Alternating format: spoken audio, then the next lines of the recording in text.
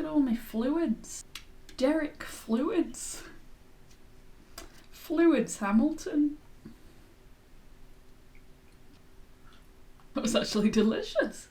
Green tea and green apple monster. You're welcome.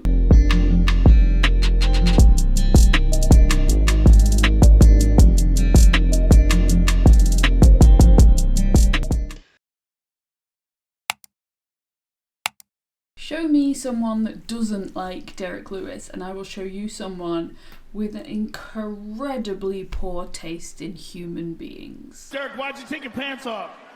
My balls was hot and all the sex I've been getting. I need to sit my black ass down and do some more cardio. Walk around there, rise and fine ass at. Throw my wife's legs up in the air and see what goes from there. Shit, swinging and banging. What's your issue with Daniel? He disrespected that Popeye's chicken on a commercial a few years ago. I'm all about that cake and chicken. I'll probably be doing porn star. Shit, it is what it is.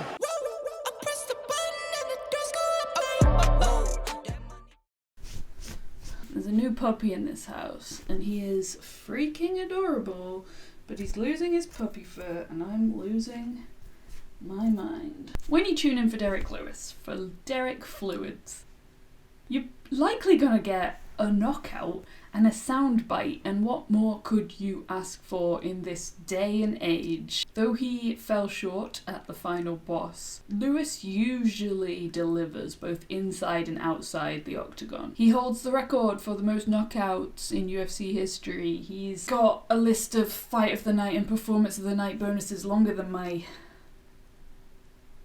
you know. And outside of the cage, he's giving Kevin Holland a run for his money.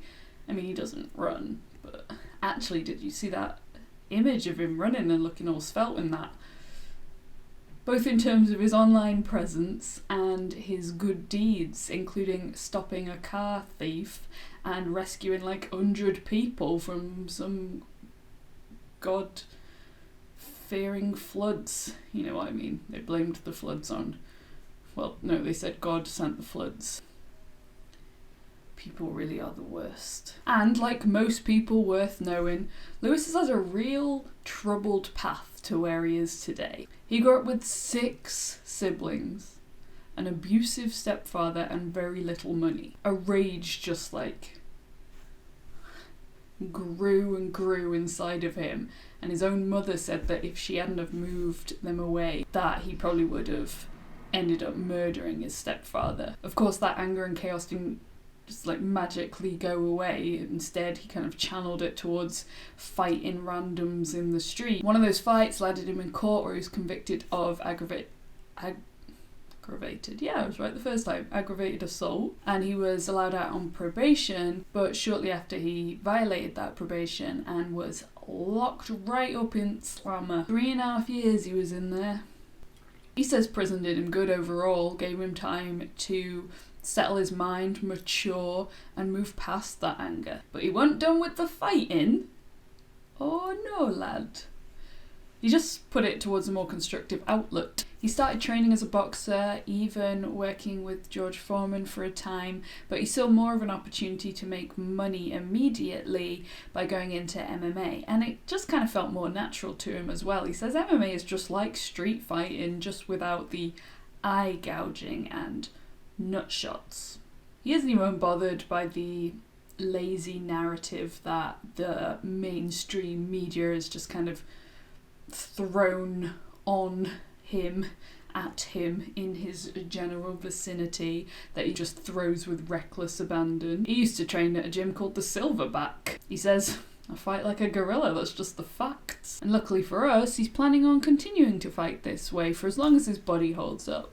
He's already had back issues, problems with stamina, so who really knows how long that'll be. In fact, this fight was supposed to happen back in November, but Lewis had to call it off last minute to get rushed to hospital. Don't know what's going on with my accent today.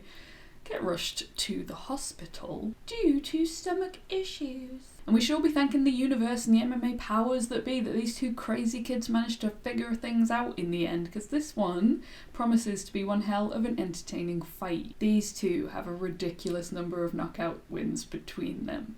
So we're not expecting Lewis's stamina to be called into question this weekend. However, we should be looking for him to bring that power and put a halt to his back-to-back losses. For Spivac, this is a huge name that could really propel him towards title contention.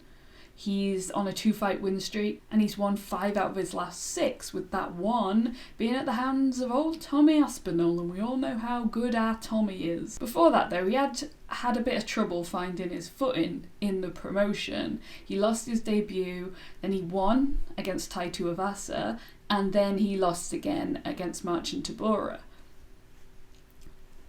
Got a joke for you. How does a UFC heavyweight get from Poland to Scotland? By Marcin Tybura. Borough is a place in Scotland.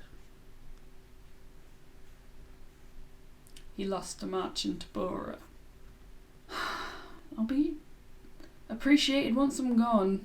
Sounded like a threat, and it was. But then Spivac started streaking and all was forgotten. He's recently made the move to Vegas and started training at Extreme Couture, where he has been singing the praises of his ambitious training partners and coaches who are really pushing his fight game to the next level. And that next level may well be in his grappling. It could be said that Lewis's weakest area is his grappling, but his incredible ability to just will himself back to his feet kind of suggests that that argument ain't that strong. However, it was the grappling of Spivac that got him his last 2 wins. He recognised his advantages on the canvas and really sapped the energy out of his thicker, heftier opponent. And he could be smart to try that with Lewis, if only he can tame those Derrick hips. So will it be a fight that's over as soon as the first punch is thrown? Or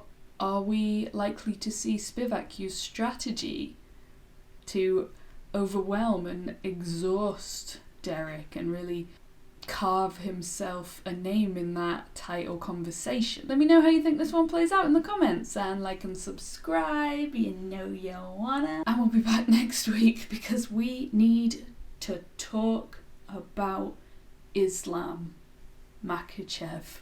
It's been a little while. I'll see you then.